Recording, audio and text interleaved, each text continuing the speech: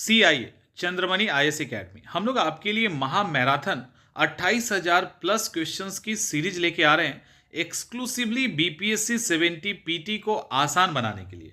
आपको पता है हमारा लगातार प्रयास होता है कि आपकी का मेहनत सार्थक दिशा में हो और साथ में आपको बहुत ज़्यादा स्ट्रेस ना लेना पड़े एग्ज़ाम क्वालिफाई करने के लिए। इसीलिए हम लोग संघ और राज्य लोक सेवा आयोग के 28,000 प्लस क्वेश्चंस को वन लाइनर फॉर्म में आपको यूट्यूब पे सारे क्लासेस भी अवेलेबल करवाएंगे और आपको PDF भी फ्री में ऐप पे दिया जाएगा।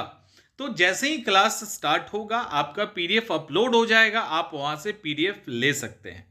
तो क्लासेस एंड PDF के द्वारा आप इस एग्जाम में 30 प्लस क्वेश्चंस को सही करने वाले हैं।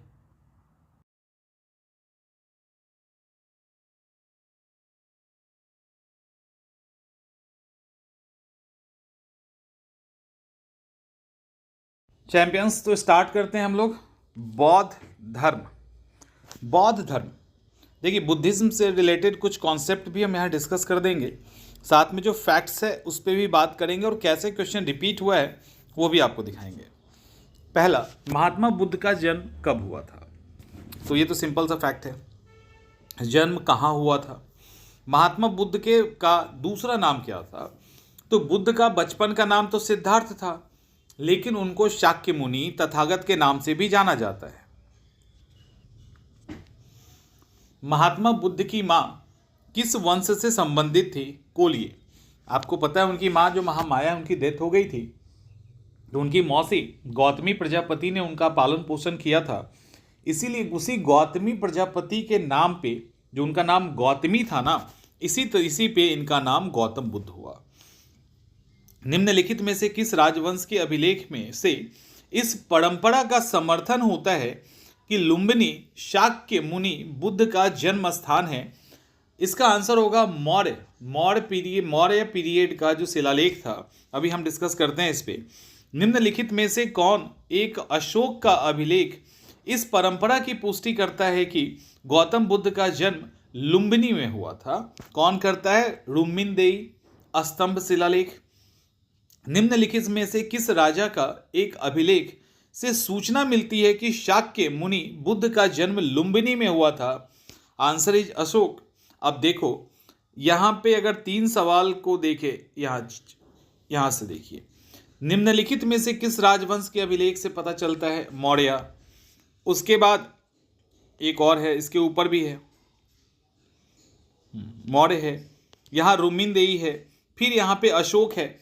तो शब्दों के साथ खेला गया क्वेश्चन आपका रिपीट हो रहा है और ये कई अदर PCS में पूछे गए हैं। इसके बाद महात्मा बुद्ध का महापरिनिर्वाण कहाँ हुआ? कुशीनगर में। गौतम बुद्ध का महापरिनिर्वाण जिस राज्य में हुआ वह है मल्ल। महात्मा बुद्ध का महापरिनिर्वाण किसके गणतंत्र में हुआ? मल्ल के गणतंत्र में। महात्मा बुद्ध ने किस स्थान पर निर्वाण प्राप्त किया? कुशीनगर में। और जिस स्थान पे निर्वाण प्राप्त किया उसी स्थल पे उनका मंदिर है, और उनका मंदिर कहाँ है? महापरिनिर्वाण मंदिर कहाँ है? कुशीनगर में। तो आप सोचिए, इससे 4 से 5 बार सवाल रिपीट कर दिया गया है। बुद्ध के जीवन की किस घटना को महाभिनिष्क्रमण कहते हैं के रूप में जाना जाता है? आंसर इज गृह त्याग। ये भी रिपीटेड सवाल है। गौतम बुद्ध द्वारा अपने धर्म में दीक्षित किए जाने वाला अंतिम व्यक्ति कौन था? उसका नाम था सुभद। ठीक है, सुभद। बुद्ध द्वारा रूपांतरित जो कन्वर्ट किया गया था, निम्न व्यक्तियों में अंतिम कौन सा था? तो सुभद। बुद्ध ने अपने जीवन के आगे की अंतिम वर्षा ऋतु कहाँ बिताई थी? तो आंसर इज वैशाली।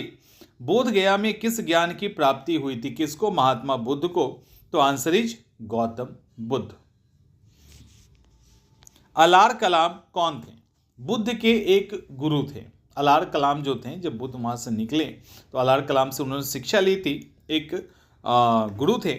महात्मा बुद्ध ने अपना पहला धर्म चक्र प्रवर्तन किस स्थान पर किया था?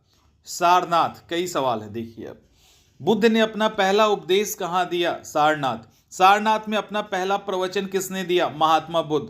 गौतम बुद्ध ने अपना प्रथम उपदेश कहाँ दिए थे?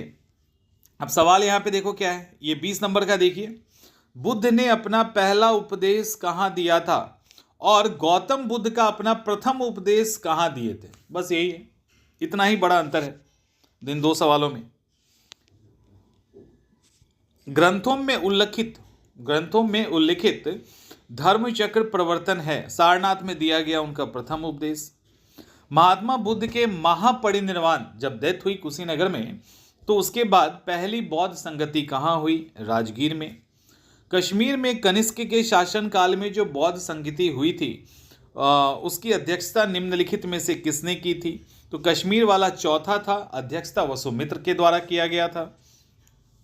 कनिष्क के शासन काल में बौद्ध सभा किस नगर में आयोजित की गई थी?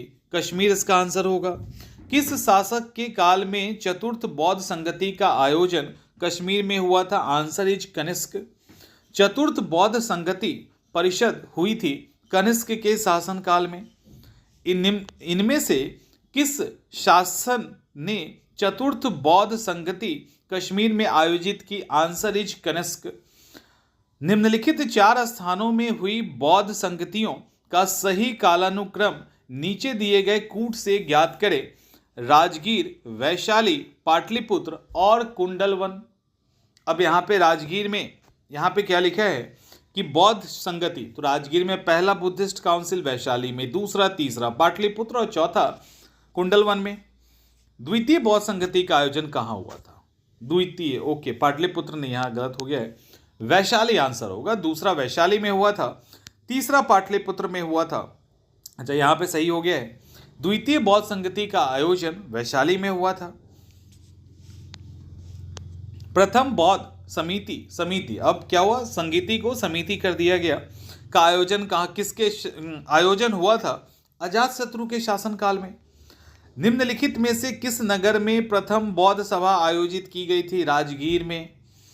निम्न में से किस शासक ने द्वितीय बौद्ध सभा का आयोजन किया? कालाशोक। तब से पहला, दूसरा, तीसरा और चौथा बुद्धिस्ट काउंसिल के बारे में ही सवाल आ रहा है। अब देखिए, उसके जो नेतृत्वकर्ता थे उनकी बात की जाएगी, जो अध्यक्ष थे। बौद्ध परिषद और अध्यक्ष से संबंधित सही मिलान करना है। आपके सामने चारों सही है। प्रथम बौद्ध परिषद महाकश्यप, द्वितीय बौद्ध परिषद सब्बकामी या सुबुकामी, दोनों में से कोई भी। तृतीय बौद्ध परिषद मोगलीपुत्र तिस और चतुर्थ बौद्ध परिषद वसुमित्र। महात्मा बुद्ध के जीवन की 4 महत्वपूर्ण घटनाओं और उनसे संबद्ध 4 स्थानों को सुमेलित कीजिए। सही सुमेलन क्या है? जन्म लुम्बिनी में, ज्ञान बोधगया में, प्रथम प्रवचन सारनाथ में और निधन कुशीनगर में हुआ। भारतीय कला में बुद्ध के जीवन की किस घटनाओं का चित्रण मृग सहित चक्र द्वारा हुआ है? आंसर इज प्रथम उपदेश।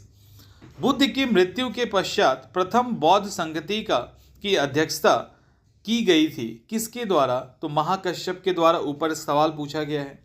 प्रथम बौद्ध संगति के अध्यक्ष कौन थे? महाकश्यप। प्रथम बौद्ध परिषद का संचालन निम्नलिखित में से किसने किया? महाकश्यप। प्रथम बौद्ध सभा कहाँ आयोजित हुई? राजगीर में। सप्तपर्णी गुफा स्थित है राजगीर में। यही सवाल है ना, कम से कम 20-25 ऐसे सवाल हैं जो रिपीट हो रहे हैं। महात्मा बुद्ध से संबंधित चिन्ह और उनके अर्थ का सही मिलान करना है। अब सही मिलान क्या है? तो जन्म का सिंबल कमल है। प्रथम प्रवचन को कहते हैं धर्म चक्र परिवर्तन। बोधि वृक्ष उसका सिंबल है और गृह त्याग का सिंबल घोड़ा है। तो ये फैक्ट है। निम्नलिखित राज्यों में से किसका संबंध बुद्ध के जीवन से था? तो उसके ऑप्शन के अकॉर्डिंग कौशल मगध है। बुद्ध ने सर्वाधिक उपदेश कहाँ दिए थे? तो श्रावस्ती में सर्वाधिक उपदेश दिया था। बुद्ध कौशाम्बी किसके शासन काल में आए थे? तो आंसर इज उद्यन के शासन काल में आए थे। महात्मा बुद्ध के संबंध में निम्नलिखित कथनों में से कौन सा सही है? सही कथन चुने। सही कथन आपके सामने है। उनका जन्म कपिलवस्तु में हुआ था। उन्होंने बोधगया में ज्ञान प्राप्ति किया था। उन्होंने वैदिक धर्म को अस्वीकार किया था। उन्होंने 4 आर्य सत्य का प्रचार किया था। ठीक है। बोध गया में महाबोधि मंदिर बनाया गया, जहां गौतम बुद्ध को ज्ञान प्राप्त हुआ, वही बना है। बोध गया में बोधि वृक्ष अपने किस वंश का है? तो ओरिजिनल वाला नहीं है, अपने 5वीं पीढ़ी का है। कहीं कहीं 6ठी पीढ़ी भी आपको देखने को मिलेगा। निम्नलिखित में से कौन सा बौद्ध पवित्र स्थल निरंजना नदी तट पर स्थित है? आंसर इज बोध गया। बोध गया। बुद्ध के उपदेश किससे संबंधित हैं? आचरण की शुद्धता और पवित्रता पे उन्होंने बहुत ज्यादा बल दिया है। गौतम बुद्ध की मृत्यु के उपरांत बौद्ध संघ का नेतृत्व के लिए निम्न में से किसे नॉमिनेट किया गया था? Answer is no one, none, कोई भी नहीं था, क्योंकि महात्मा बुद्ध ने उसके बाद कहा हम अब कोई भी हमारे जैसा गुरु नहीं आएगा, अब जो हमारे द्वारा कहे गए शब्द हैं वही आपको आगे गाइड करेंगे। तो उनका जो तीनों पीटक है ना, वही एक तरह से गाइड करता है बुद्धिस्ट को। अष्टांगिक मार्ग का जो कॉन्सेप्ट है, संकल्पना है, वो किसका पार्ट है? तो धम्मचक्र परिवर्तन सूत्र का ये सब्जेक्ट है। गौतम बुद्ध के द्वारा के बारे में निम्न में से क्या सत्य है? सत्य कथन है कि वे कर्मों में विश्वास करते थे, निर्वाण प्राप्ति में विश्वास करते थे। बुद्ध संघ में भिक्षुनी के रूप में स्त्रियों के प्रवेश की अनुमति बुद्ध द्वारा दी गई थी वैशाली में। वो भी बहुत ज़्यादा जिद किया गया था उनके शिष्य जो उनके काफ़ी प्रिय थे, आनंद, उनके द्वारा, तब बुद्ध ने परमिशन दिया। उनकी जो धाई माता थी प्रजापति गौतमी, उसको उनके रिक्वेस्ट पर भी उन्होंने परमिशन नहीं दिया था, लेकिन शिष्य के आगे झुक गए, गुरु परमिशन दे दिया, और पहली जो भिक्षुनी बनी वो महामाया गौतमी बनी। त्रिपिटक क्या है? बुद्ध के उपदेशों का संग्रह। त्रिपिटक ग्रंथ किस धर्म से संबंधित है? बुद्ध, सुत्त, विनय और अभिधम पिटक। त्रिपिटक किसकी धार्मिक पुस्तक है? बुद्ध की। त्रिपिटक निम्नलिखित में से किससे संबंधित है? बौद्धों से। समझ रहे हो ना कैसे क्वेश्चंस रिपीट हो रहे हैं। बुद्ध धर्म के महायान शाखा औपचारिक रूप से किसके शासनकाल में प्रकट हुआ था? तो आंसर इज कनिष्क के शासनकाल में प्रकट हुआ था। निम्नलिखित पर विचार कीजिए। निम्नलिखित में से कौन सा विशेषता महायान बौद्ध मत की है? सही विकल्प क्या है? महायान हीनयान 2 इंपॉर्टेंट संप्रदाय है बुद्ध का, फिर उसके अलग अलग सब पार्ट हैं, उसको छोड़ दीजिए। ये महायान क्या करता है? बुद्ध में देवत्वारोपण करता है, उसको देवता की कैटेगरी में डालता है। बोधिसत्व के पद पर चलना, मूर्ति उपासना और अनुष्ठान, ये सब इनका है। कर्मापा लामा तिब्बत के बुद्ध संप्रदाय के किस वर्ग का है? कंग्यूपा। तो ये वो एक समय आने वाला क्वेश्चन है। निम्नलिखित में से कौन सा एक बौद्ध मत में निर्वाण की अवधारणा की स्पष्ट व्याख्या करता है? तृष्णा रूपी अग्नि का समन, यानी जो इच्छाएं हैं उसका समाप्त हो जाना, दीपक का बुझ जाना भी इसकी जगह लिखा जा सकता है। तो ये आंसर होगा। बुद्ध धर्म में त्रिरत्न क्या मतलब है? त्रिरत्न का मतलब है बुद्ध, धर्म और संघ। बुद्ध, धर्म और संघ। त्रिपिटक यानी 3 पिटक। निम्नलिखित में से किस बौद्ध ग्रंथ में जीवन के नियम प्राप्त होते हैं? तो आंसर इज विनय पिटक। विनय पिटक में ऐसा होता है। यमक बुद्ध पिटक से संबंधित है। अभिधम मतलब किस बुद्ध पिटक से संबंधित है? तो अभिधम से। निम्न में से किस बौद्ध साहित्य में महात्मा बुद्ध के नैतिक एवं सिद्धांत संबंधी प्रवचन संकलित हैं? तो सुत्त पिटक में वो नियम, रूल्स एंड ये सब चीज़ें हैं जो उनका इथिकल मोरल वैल्यूज़ है ना, उसको डाला गया है। बौद्ध दर्शन की विशेषता के संबंध में निम्नलिखित कथनों पर विचार करना है। तो आपके सामने तो सही लाइन ही आएगा। लाइन ये है, बौद्ध दर्शन का बीज गौतम बुद्ध की शिक्षाओं में ही मिलता है। बुद्ध ने हमेशा दार्शनिक समस्याओं में उलझने की बजाय मानवीय कष्टों के मुक्ति के लिए नैतिक जीवन जीने पर जोर दिया। इनका एक एग्जाम्पल था कि अगर किसी ने किसी कबूतर को तीर मारा तो इस पे ज़्यादा विचार करने की कि तीर किसने मारा, उसको कैसे ठीक करे, इस पे हमें बात करना चाहिए। ईश्वर है नहीं है, आत्मा है नहीं है, भूत प्रेत है नहीं है, इस पे ज़्यादा बल देने की जगह अच्छा काम आप करते रहें। ये इनका सजेशन था। प्राचीन भारत में बौद्ध मठों में पवरन नामक समारोह आयोजित किया जाता था, जो वर्षा ऋतु के दौरान मठों में प्रवास के समय भिक्षुओं द्वारा किए गए अपराधों की स्वीकारोक्ति का अवसर होता था। अच्छा, ओके, यहाँ पे लाइन। तो ये जो पर्वन त्योहार है ना, आपको पता है वर्षा ऋतु जब आता था तो 3 महीने जितने भी बौद्ध और बौद्ध के फॉलोअर हैं वो अलग अलग वर्षा वन में आके टिक जाते थे, वहीं पे रहते थे। अब उस 3 महीने में उन्होंने क्या गलती की, लास्ट में उसको एक्सेप्ट करने का जो रिवाज था, जब वर्षा ऋतु समाप्त होने के बाद बाहर जाते थे तो उसके पहले जो रिचुअल था उसको पर्वन कहा जाता है। वह स्तूप स्थल जिसका संबंध भगवान बुद्ध के जीवन से के किसी भी घटना से नहीं है, तो ऑप्शन के अकॉर्डिंग सांची था। सांची में स्तूप है बट वहां पे कभी गए नहीं थे। प्राचीन भारत के संदर्भ में निम्नलिखित कथनों पर विचार कीजिए। सही कथन, देखिए सही कथन जो है वो है स्तूप आमतौर पर अवशेषों का निक्षेपागार होता था, उसके ऊपर बनाया जाता था, यही था। अनात्मवाद का सिद्धांत क्या है? बौद्ध दर्शन का। बौद्ध दर्शन ने अनात्मवाद का सिद्धांत दिया, क्षणभंगवाद का सिद्धांत दिया, प्रतीत समुत्पाद का सिद्धांत दिया। ये सारे प्रिंसिपल बुद्धिस्ट फिलॉसफी से जुड़ा हुआ है। संसार स्थिर और क्षणिक है, ये क्षणिकवाद का कॉन्सेप्ट है। संसार अस्थिर और क्षणिक है, ये बुद्ध का है, तो ये क्षणिकवाद। अच्छा, दिया है क्वेश्चन। क्षणिकवाद का प्रतिपादन किसने किया? बौद्ध ने।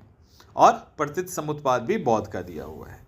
भारत के सांस्कृतिक इतिहास के संदर्भ में पारमिता शब्द का सही विवरण है कौन सा? परिपूर्णताएं जिसकी प्राप्ति से बोधिसत्व पथ प्रशस्त हुआ है, ये है। बुद्ध धर्म के महायान और हीनयान संप्रदाय में मौलिक अंतर क्या है? एकदम बेसिक सबसे इंपॉर्टेंट अंतर क्या है? तो ऑप्शन के अंदर और भी खोजा जा सकता था, बट जो आंसर होगा और जो एग्जैक्ट होगा वो ये कि देवी देवताओं की पूजा। महायानियों ने बुद्ध को देवता तुल्य या देवता बना दिया, जबकि हीनयानी आज भी बुद्ध को एज ए टीचर लेते हैं। तो एक बड़ा अंतर है इन दोनों में। भारत के सांस्कृतिक इतिहास के संदर्भ में निम्नलिखित युग्मों में से सही युग्म चुनना है। सही क्या है? परिव्राजक, परित्यागी और भ्रमणकारी होते हैं। उपासक, बुद्ध धर्म का साधारण अनुगामी, श्रमण, भिक्षु या साधु। निम्नलिखित व्यक्तित्व पर विचार करना है और सही सुमेलित करना है। लोथल, प्राचीन गोदीवाड़ा डॉकयार्ड मिला था, इंडस में हमने देखा था। सारनाथ में बुद्ध ने पहला धर्म उपदेश दिया था, रिपीटेड सवाल है। राजगीर में पहली बुद्धिस्ट काउंसिल हुई थी, रिपीटेड सवाल है। और नालंदा बौद्ध अधिगम का महान पीठ है, ये कॉमन सा सवाल है, इसमें दिमाग नहीं लगाना है। महायान बौद्ध धर्म में बोधिसत्व अवलोकितेश्वर को और किस नाम से जाना जाता है? अवलोकितेश्वर को पद्मपाणि भी कहा जाता है। गौतम बुद्ध को एक देवता का स्थान किस राजा के युग में प्राप्त हुआ? कनिष्क। भारत में पहले जिस मानव प्रतिमाओं की पूजा की गई थी वह थी बुद्ध की। बुद्ध का जो मानव प्रतिमा है ना, उसकी पूजा की गई थी। देश में निम्न में से किसने मूर्ति पूजा की नींव रखी थी? तो बौद्ध धर्म ने मूर्ति पूजा का नींव रखा। और आज जिस आदमकद प्रतिमा की आप देवी देवताओं की पूजा करते हैं, ये बौद्ध धर्म की देन है। गांधार कला की मूर्ति कला में गांधार कला की मूर्ति कला में एक एक्स्ट्रा वर्ड है। बुद्ध के सारनाथ में हुए प्रथम धर्म उपदेश से संबद्ध प्रवचन मुद्रा का नाम क्या है? आंसर धर्मचक्र प्रवर्तन मुद्रा है वो। बुद्ध की खड़ी प्रतिमा निम्न में से किस काल में बनाई गई थी? कुषाण काल में बनाया गया था। बुद्ध की प्राचीनतम प्रतिमा किस शैली में प्राप्त होती? देखिए यहाँ थोड़ा कंफ्यूजन है। अगर एग्जैक्ट एंड एक्यूरेट फैक्ट पे जाएंगे तो मथुरा चित्रकला शैली होगा, और वैसे कॉमन बात करेंगे तो मथुरा और गांधार ज़्यादा कंटेम्प्रेरी ही था, तो उनमें ये प्राचीन बना था। भगवान बुद्ध की प्रतिमा कभी कभी एक हस्त मुद्रा युक्त दिखाई देती है, जिसे भूमि स्पर्श मुद्रा भी कहा जाता है। इसका प्रतीक क्या है? मतलब क्या किस कॉन्सेप्ट पे बनाया गया है? तो उसमें कॉन्सेप्ट ये है कि मार के प्रलोभन से, ठीक है, मार के प्रलोभन से मतलब डेथ के प्रलोभन से के बावजूद अपनी सूचिता और शुद्धता की साक्षी के लिए बुद्ध का धरती का आवाहन वो किया गया था। ये यूपीएससी का सवाल है। भूमि स्पर्श मुद्रा की सारनाथ बुद्ध मूर्ति संबंधित है, किस काल से संबंधित है? तो आंसर होगा गुप्त काल से। सारनाथ की भूमि स्पर्श मुद्रा वाली बौद्ध प्रतिमा कालांकित है, कालांकित मतलब कलंकित नहीं, कालांकित किस काल का है? तो गुप्ता काल का। निम्नलिखित में से कौन से शासक ने बौद्ध मत के विस्तार में योगदान नहीं दिया? आंसर इज पुष्यमित्र शुंग ने नहीं दिया था। उसी ऑप्शन के अंदर जो था उसमें अशोक, कनिष्क, हर्षवर्धन भी था, तो इन्होंने योगदान दिया था। आर्य मंजूश्री मूल कल्प निम्न में से किससे संबंधित है? महायान और वज्रयान बौद्ध धर्म से संबंधित है। भारत के धार्मिक इतिहास के संदर्भ में निम्नलिखित कथनों पर विचार कीजिए।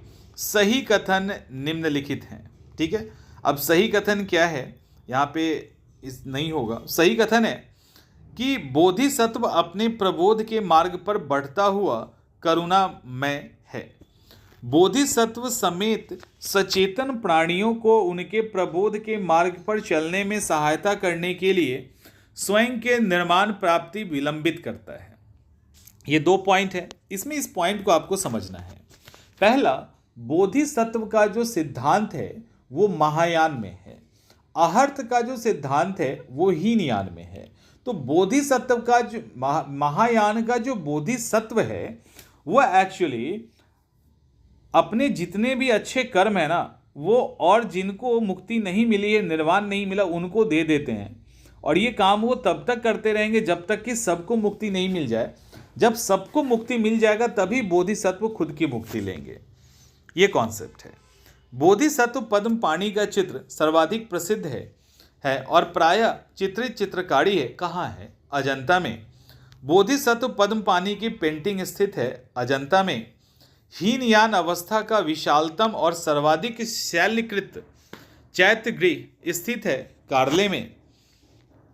निम्नलिखित में से किस शैलीकृत गुफा में 11 सिरों के बोधिसत्व का 11 सिरों के बोधिसत्व का अंकन है? कन्हेरी गुफा। निम्नलिखित में से कौन से बौद्ध बौद्ध धर्म और जैन धर्म में समान रूप से विद्यमान थे? तो आंसर है वेद प्रामाण्य के प्रति अनास्था। अब ये हम आपको अच्छे से दिखाएंगे, इसको देखिएगा। वेद प्रमाण के प्रति अनास्था, कर्मकांड की फलबत्ता का निषेध और प्राणियों में की हिंसा का निषेध। ये 2 हो गया ना। ये एक सवाल और ये दूसरा सवाल, और दोनों यूपीएससी का सवाल है। एक शायद 1996 में पूछा गया था, एक 2000 में लेटेस्ट क्वेश्चन पूछा गया है। अब देखिए इसमें 2 पॉइंट देखो। वैदिक प्रमाण के प्रति अनास्था और कर्मकांड की फलबत्ता का निषेध। अब यहाँ पे देखिए एज इट इज सेम है। प्राचीन भारतीय इतिहास के संदर्भ में निम्नलिखित में से कौन सा बौद्ध धर्म और जैन धर्म में समान रूप से विद्यमान है? सही विकल्प वेद प्रमाण के प्रति अनास्था और कर्मकांड की फलवत्ता का निषेध। उठा लिया गया दोनों पॉइंट वहां से और क्वेश्चन बना दिया गया, और पूरी तरह से रिपीटेड सवाल है ये। निम्नलिखित में से कौन सी बात जैन और बौद्ध दोनों में समान नहीं है? आत्मदमन। ठीक है, आत्मदमन, सेल्फ सप्रेस करना, यानी बहुत ज़्यादा खुद को सेल्फ सप्रेशन बौद्ध में अलाउड नहीं है, जैन में है। बौद्ध में मिडिल पाथ की बात की गई है, बहुत ज़्यादा खुद को कष्ट देने की जरूरत नहीं है। महात्मा बुद्ध ने निम्नलिखित 4 आर्य शक्तियों का प्रतिपादन किया, आर्य सत्य का प्रतिपादन किया। नीचे दिए गए कूट का प्रयोग करके उनका सही सीक्वेंस बताना है। दुख है, दुख का कारण है। तीसरा, अब कारण है तो दुख का निवारण भी है, दुख का निरोध भी है, और दुख निरोध का मार्ग। बुद्ध और जैन दोनों ही धर्म विश्वास करते थे कि कर्म और पुनर्जन्म का सिद्धांत सही है। दोनों रीबर्थ में बिलीव करते हैं। बौद्ध धर्म के विषय में कौन सा कथन सही है? निम्नलिखित कथन माने जो सत्य है वो आपके सामने है। उसने वर्ण और जाति व्यवस्था को अस्वीकार नहीं किया। उसने ब्राह्मण धर्म की सर्वोच्च सामाजिक कोटि को चुनौती दी, और उसने कुछ शिल्पों को निम्न माना। ठीक है, कुछ शिल्पों को निम्न माना, किस तरह के ऑक्यूपेशन वाले छोटे जाति के होते हैं। बौद्ध धर्म के विस्तार के कारणों में सम्मिलित हैं। क्या है? धर्म की सादगी, दलितों के प्रति विशेष अपील, धर्म की मशीनरी भावना, स्थानीय भाषा का प्रयोग। आरंभिक मध्ययुगीन समय में बौद्ध धर्म का पतन किस कारण से शुरू हुआ, निम्नलिखित सभी सत्य कथन यहाँ पे आपको बताना है। तो कोई जो मेन कारण था जिससे बुद्धिज्म जो है नीचे की तरफ आया, वो कारण था उस समय तक बुद्ध विष्णु के अवतार समझे जाने लगे और वैष्णव धर्म ने उनको अपना हिस्सा बताना शुरू किया। तो इसके कारण ये फिर से अब हिंदू लोगों को लगा कि अरे ये तो अपना ही देवता है, तो फिर बौद्ध बनने की जरूरत क्या है। तो ये चीजें हुई थी। भारत में धार्मिक इतिहास के संदर्भ में निम्नलिखित कथनों पर विचार कीजिए। सही कथन देखो क्या है। सर्वास्तिवादियों की मान्यता है कि दृग्गी विषय यानी फिनोमेना जो हमें दिखता है उसके अवयव पूर्णतः क्षणिक नहीं है, अपितु अव्यक्त रूप से सदैव विद्यमान रहते हैं, यानी हमेशा रहते हैं। निम्नांकित कथनों पर विचार करें और चैत्य और विहारों में अंतर क्या है उसको चुनना है। तो अंतर क्या है? चैत्य पूजा स्थल होता है, विहार निवास स्थान होता है। अब इसी पे कितने सवाल हैं वो देखिए। चैत्य पूजा स्थल होता है और विहार निवास स्थान होता है। भारतीय कला में स्तूप, चैत्य और विहार का निर्माण निम्नलिखित में से किससे संबंधित है? सबसे अधिक बौद्ध में हुआ है। कुछ शैलकृत बुद्ध गुफाओं को चैत्य कहते हैं जबकि अन्य को विहार कहते हैं। दोनों में क्या अंतर है? रिपीटेड सवाल। चैत्य पूजा स्थल होता है, विहार बौद्ध भिक्षुओं के रहने का जगह होता है। इतना ही तो अंतर है जो ऊपर में था। निम्नलिखित कथनों पर विचार कीजिए और इनमें से सही कथन चुनना है।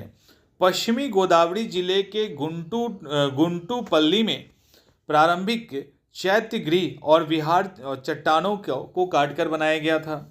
पूर्वी दक्कन के चैत्य और विहार साधारण जो चट्टान थे उनको काटकर बनाया गया था। तो ये याद करने की जरूरत नहीं। धान्य कटक जो महासंघिकों के अधीन एक प्रमुख बौद्ध ग्रंथ बुद्ध केंद्र के रूप में समृद्ध हुआ, निम्नलिखित में से किस एक क्षेत्र में अवस्थित था? Answer is Andhra. इसका आंसर होगा आंध्रा।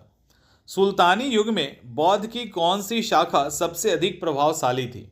आंसर इज वज्रयान सबसे अधिक प्रभावशाली था। भारत के धार्मिक इतिहास के संदर्भ में निम्नलिखित कथनों पर विचार कीजिए। क्या है? लोकोत्तरवादी संप्रदाय बौद्ध धर्म के महासंघिक संप्रदाय की एक शाखा थी और ये जो महासंघिक जो थे उसने बुद्ध के देवत्व रोपण ने महायान धर्म को प्रोत्साहित किया। तो यही चीज थी। भारतीय इतिहास के संदर्भ में निम्नलिखित में से कौन भावी बुद्ध हैं जो संसार की रक्षा हेतु अवतरित होंगे? आंसर इज मैत्रेय आने वाले बुद्ध हैं। विशुद्धि मग के रचयिता कौन है? बुद्ध घोषा। प्रथम शताब्दी ईस्वी में किस भारतीय बौद्ध भिक्षुक को चीन भेजा गया था? Answer is Nagarjuna. शून्यता का सिद्धांत का सर्वप्रथम प्रतिपादन करने वाले बौद्ध दार्शनिक कौन है? नागार्जुन। शून्यवाद कई बार सवाल है। नागार्जुन शून्यवाद, और नागार्जुन का शून्यवाद बहुत ही इफेक्टिव थॉट है फिलॉसफी का। नागार्जुन किस बौद्ध संप्रदाय से जुड़े थे? माध्यमिक शून्यवाद से जुड़े हुए हैं। भारतीय इतिहास के संदर्भ में निम्नलिखित युग्मों पर विचार कीजिए। सही युग्म है दिंगनाग बौद्ध विद्वान, आर्यदेव बौद्ध दार्शनिक, नाथमुनि वैष्णव विद्वान। बौद्ध शिक्षा का केंद्र है कौन? विक्रमशिला। वल्लभी विश्वविद्यालय स्थित था कहाँ? गुजरात में। नालंदा विश्वविद्यालय की स्थापना का युग है गुप्ता। नालंदा विश्वविद्यालय के संस्थापक कौन थे? कुमार गुप्त। नालंदा विश्वविद्यालय किस लिए विश्व प्रसिद्ध था? बौद्ध दर्शन के लिए। अब देखो कितना सवाल है। नव नालंदा महाविहार ये अलग है, नालंदा में ही है, नालंदा खंडहर के पास में ही है, लेकिन अलग है। किसके लिए विख्यात है? पाली अनुसंधान संस्थान। निम्नलिखित में से कौन बुद्ध के जीवन काल में ही संघ का प्रमुख होना चाहता था? उसका अपना ही चचेरा भाई था जिसका नाम था देवदत्त, वो होना चाहता था। बड़ा ही दुष्ट टाइप का इंसान भी था ये। अशोका राम विहार भारत निम्नलिखित में से किस स्थान पर स्थित है? पाटलिपुत्र। विश्व का सबसे ऊंचा कहा जाने वाला विश्व शांति स्तूप बिहार में कहाँ है? तो राजगीर में है। बुद्ध की 80 फुट की प्रतिमा जो बोध गया में स्थापित की गई है, 80 फुट प्रतिमा के नाम से ही फेमस है, जापानियों के द्वारा स्थापित किया गया है। निम्नलिखित में से किसे एशिया का ज्योतिपुंज कहा जाता है? एशिया का ज्योतिपुंज कहा जाता है और द लाइट ऑफ एशिया कहा जाता है। तो तीनों जो है वो बुद्ध ही हैं। अब यहाँ पर सर एडमिन अर्नाल्ड की एक किताब है द लाइट ऑफ एशिया। तो द लाइट ऑफ एशिया का जो बेस है वो है ललित विस्तार। नव बौद्धवाद के प्रतिपादक कौन थे? अंबेडकर। सर्वप्रथम स्तूप शब्द कहाँ मिलता है? तो ऋग्वेद में इसकी चर्चा मिलती है। इस तरह से इतने फैक्ट्स सिर्फ बुद्धिज्म से थे।